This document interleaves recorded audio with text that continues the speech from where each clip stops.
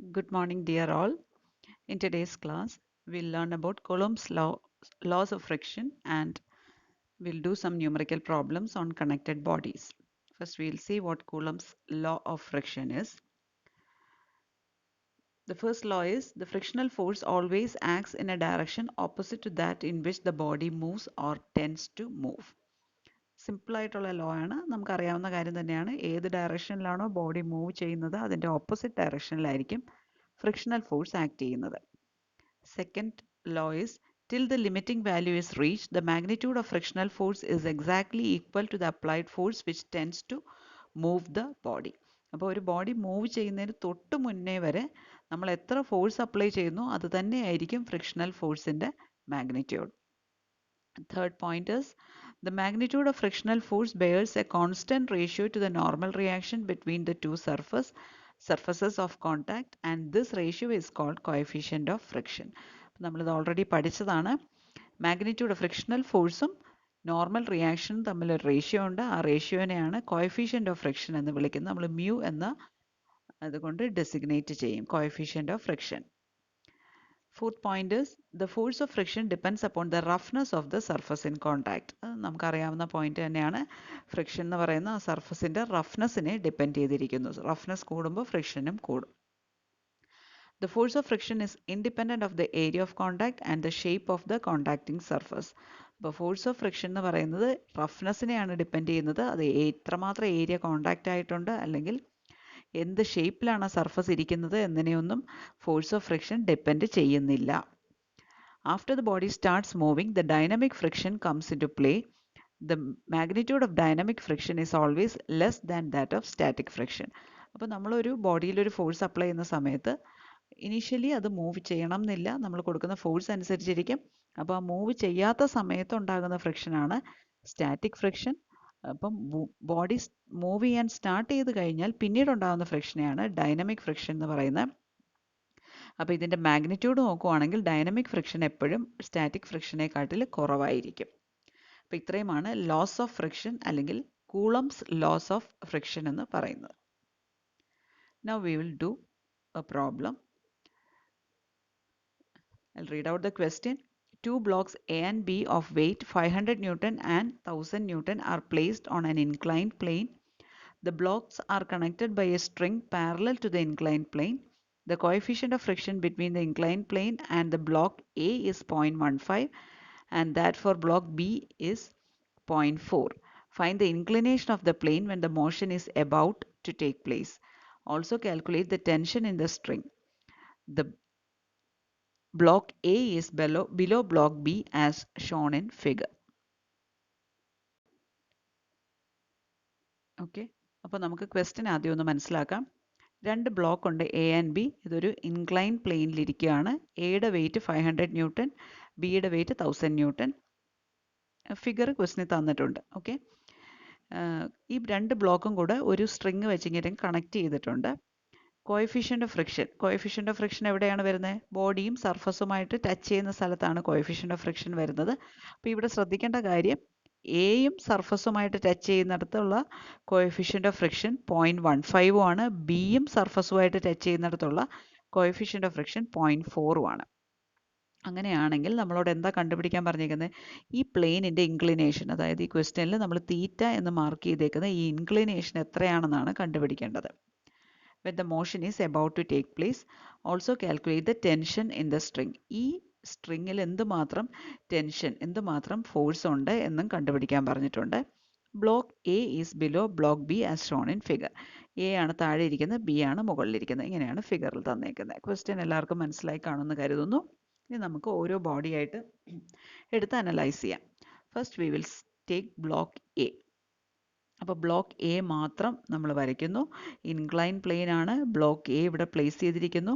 അപ്പോൾ അതിനകത്ത് വരുന്ന ഫോഴ്സസ് എന്തൊക്കെയായിരിക്കും?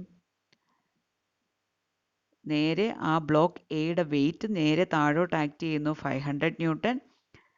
ഈ ബ്ലോക്ക് എയും സർഫസുമായിട്ടുള്ള ടച്ച് ചെയ്യുന്നിടത്ത് ഒരു റിയാക്ഷൻ ഉണ്ട്. റിയാക്ഷൻ എപ്പോഴും സർഫസിന് പെർപെൻഡിക്കുലർ ആയിട്ടായിരിക്കും വരുന്നത്. സോ ആ ഫസ്റ്റ് ബോഡി ആയതുകൊണ്ട് നമുക്കതിനെ R1 എന്ന് വിളിക്കാം.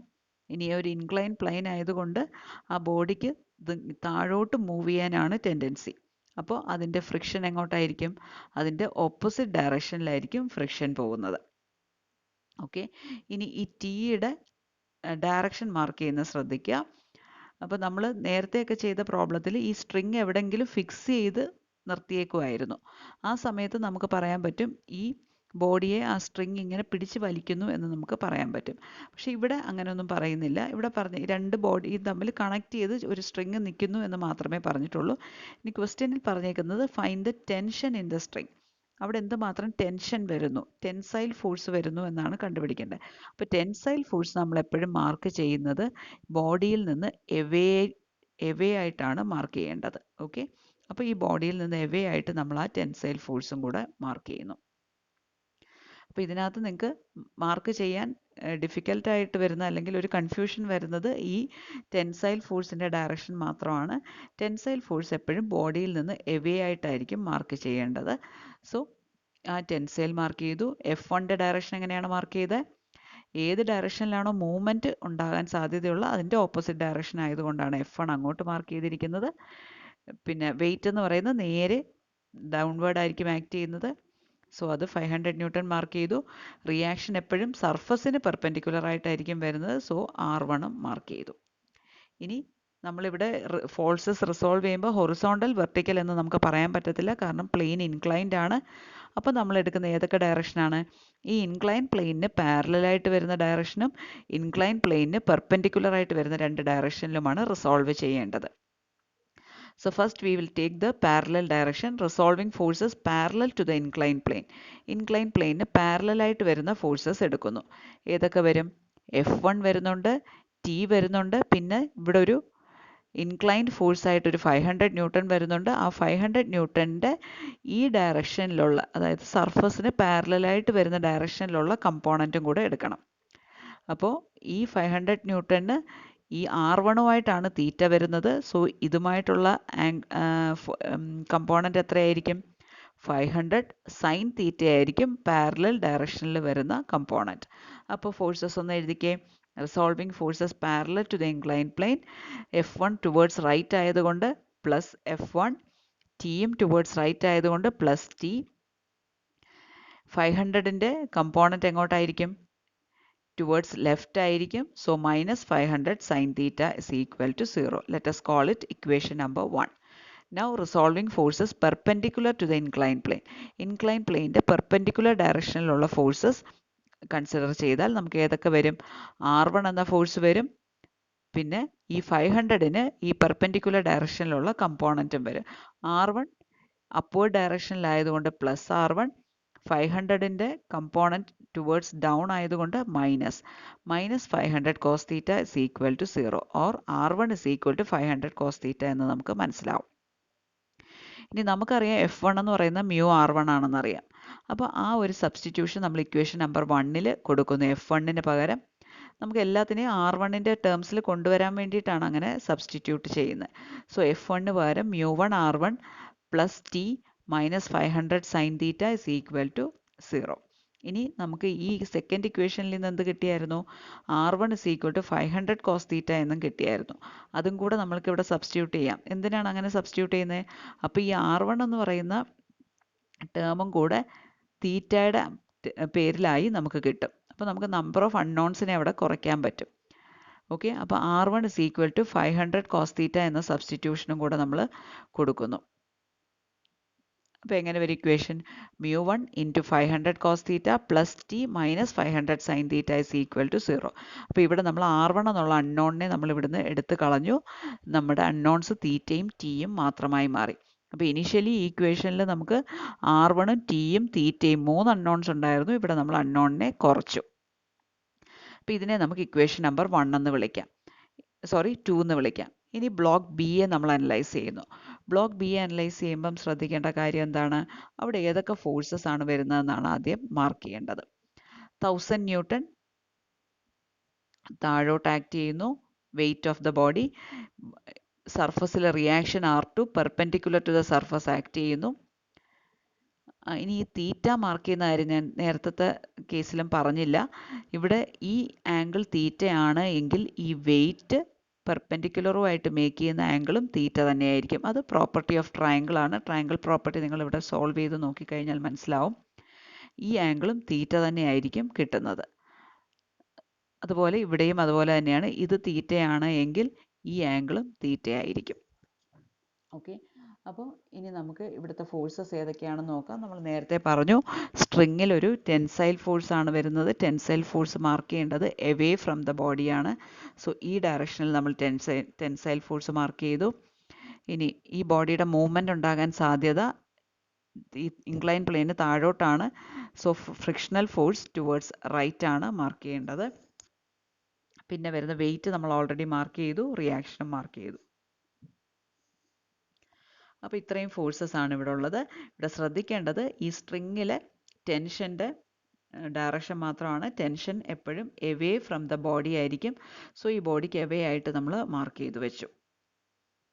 Now resolving forces parallel to the incline plane. Incline പ്ലെയിനിന് പാരലൽ ആയിട്ടുള്ള ഡയറക്ഷനിൽ നമ്മൾ ഫോഴ്സസ് റിസോൾവ് ചെയ്യുവാണ്. ഏതൊക്കെ ഫോഴ്സസ് വരും? F2 വരും, T വരും, ഈ 1000ൻ്റെ കമ്പോണൻറ്റും വരും. ഒന്ന് പറഞ്ഞേ. F2 ടുവേർഡ്സ് റൈറ്റ് ആണ്, സോ പ്ലസ് F2. T എന്ന് പറയുന്ന ടുവേർഡ്സ് ലെഫ്റ്റ് ആണ്, so minus T minus 1000 sine തീറ്റ. 1000 സൈൻ തീറ്റ എങ്ങനെയാണ് വന്നത്? തീറ്റ ആംഗിൾ മേക്ക് ചെയ്യുന്നത് ഈ R2മായിട്ടാണ്. സോ ഇവിടുത്തെ അതിന് പെർപെൻഡിക്കുലർ ആയിട്ട് വരുന്ന ഡയറക്ഷനിലെ കമ്പോണൻറ്റ് സൈൻ ആയിരിക്കും. So 1000 sine theta towards left ആണ്, so minus 1000 sine theta is equal to 0. Equation number 3. Now resolving forces perpendicular to the plane. ഈ പ്ലെയിനിന് പെർപെൻഡിക്കുലർ ആയിട്ട് വരുന്ന ഡയറക്ഷനിലുള്ള ഫോഴ്സസ് ഏതൊക്കെയാണ്? ഈ R2ഉം വരും, ഈ 1000ൻ്റെ കമ്പോണൻറ്റും വരും. എങ്ങനെയാണ് എഴുതുന്നത്? R2 മുകളിലേക്ക് ആയതുകൊണ്ട് പ്ലസ് R2, 1000ൻ്റെ കമ്പോണൻറ്റ് താഴോട്ടായതുകൊണ്ട് minus 1000 cos theta is equal to 0 or R2 is equal to 1000 cos theta. ഇനി നമ്മൾ ബ്ലോക്ക് എയുടെ കേസ് ചെയ്ത പോലെ തന്നെ F2 is equal to μ2 R2 എന്ന് ഈ ഇക്വേഷനിൽ കൊടുക്കുന്നു. അപ്പോൾ എങ്ങനെ വരും equation? μ2 R2 minus T minus 1000 sine theta is equal to 0. ഇനി അഗെയിൻ R2വിനെ നമ്മൾ തീറ്റയുടെ മാത്രം അൺനോൺ ആക്കുന്നു. R2 is equal to 1000 cos theta. അത് എവിടെ നിന്ന് കിട്ടി?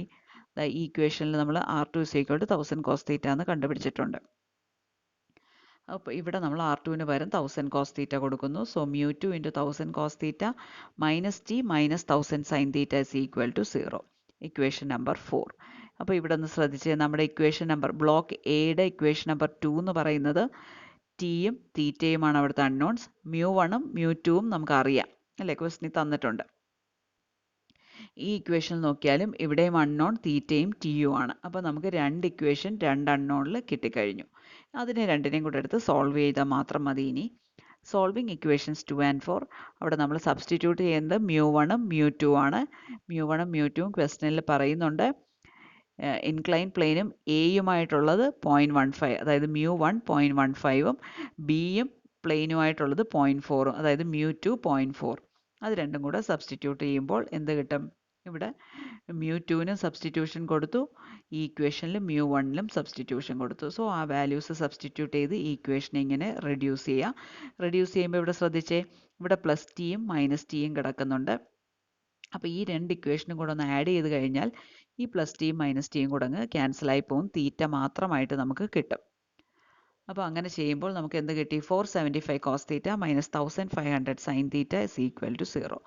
ഇപ്പോൾ ഇതിൽ നിന്ന് നമുക്ക് ഈസി ആയിട്ട് തീറ്റ കണ്ടുപിടിക്കാം. 475 by 1500 is equal to sin theta by cos theta or tan theta is equal to 0.317 or theta is equal to 17.57 degree. അതാണ് നമ്മളോട് ആദ്യം കണ്ടുപിടിക്കാൻ പറഞ്ഞേക്കുന്നത്. പിന്നെ ആ സ്ട്രിങ്ങിലെ ടെൻഷനും കണ്ടുപിടിക്കാൻ പറഞ്ഞിട്ടുണ്ട്. സ്ട്രിങ്ങിലെ ടെൻഷനെ നമ്മൾ ടി എന്നാണ് മാർക്ക് ചെയ്തിരിക്കുന്നത്. അപ്പോൾ ഈ ഇക്വേഷനിൽ നിന്ന് നമുക്ക് ഇപ്പോൾ തീറ്റ കിട്ടി. ഇനി ഇതിനകത്തോട്ട് സബ്സ്റ്റിറ്റ്യൂട്ട് ചെയ്ത് കൊടുത്താൽ ടിയുടെ വാല്യൂയും കിട്ടും. ഒന്നുകിൽ ഇക്വേഷൻ നമ്പർ 2ൽ അല്ലെങ്കിൽ 4ൽ സബ്സ്റ്റിറ്റ്യൂട്ട് ചെയ്യുക. സബ്സ്റ്റിറ്റ്യൂട്ട് ചെയ്യുമ്പോൾ 0.15 into 500 cos 17.57 plus T minus 500 sine 17.57 is equal to 0. അതിനകത്ത് സോൾവ് ചെയ്യുമ്പോൾ ടി മാത്രമാണ് അൺനോൺ ആയിട്ട് കിടക്കുന്നത്. So T is equal to 79.43 newton എന്ന് നമുക്ക് കിട്ടും.